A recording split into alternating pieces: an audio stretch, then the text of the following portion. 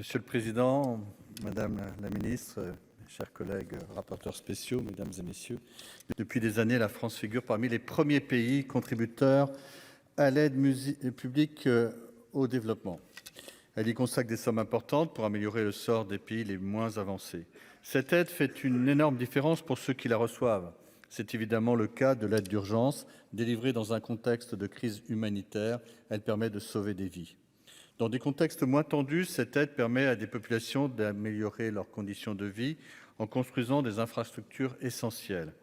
Enfin, l'aide de la France permet à de nombreux pays de développer leur économie en encourageant la création d'entreprises. Cette aide est bien plus que de la philanthropie dans la mesure où elle contribue à la sécurité des populations. Les zones les plus défavorisées sont en effet les plus sujettes au développement de conflits armés. Ceux qui n'ont rien à perdre.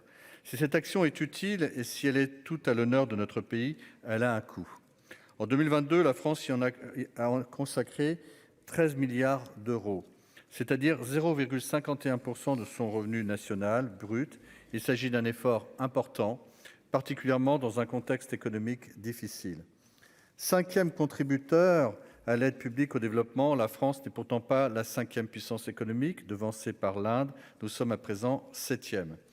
Alors que nous visons toujours l'objectif de consacrer 0,7% de notre revenu national brut à l'aide au développement, la question des moyens se pose et notre rapporteur Michel Canevet l'a rappelé tout à l'heure qu'il serait très difficile d'atteindre cet objectif.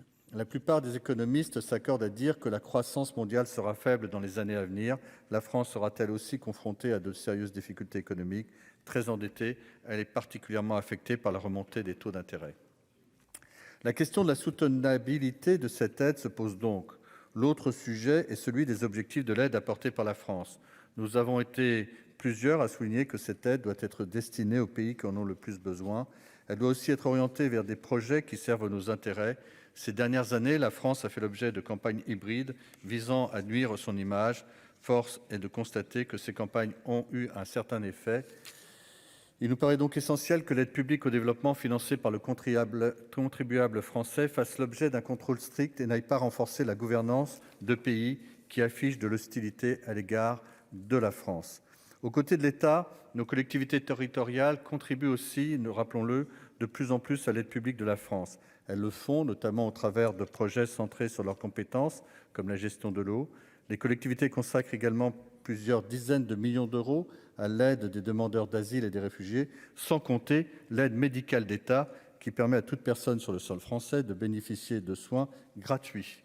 La France, dans toutes ses composantes, contribue donc beaucoup à l'aide au développement. Elle doit contribuer de le faire avec des moyens et au bénéfice de projets qui servent ses intérêts. Voilà pourquoi le groupe Les Indépendants votera en faveur de l'adoption des crédits de cette mission. Merci, cher collègue. La parole est maintenant au président Guillaume Gontard pour le groupe écologiste.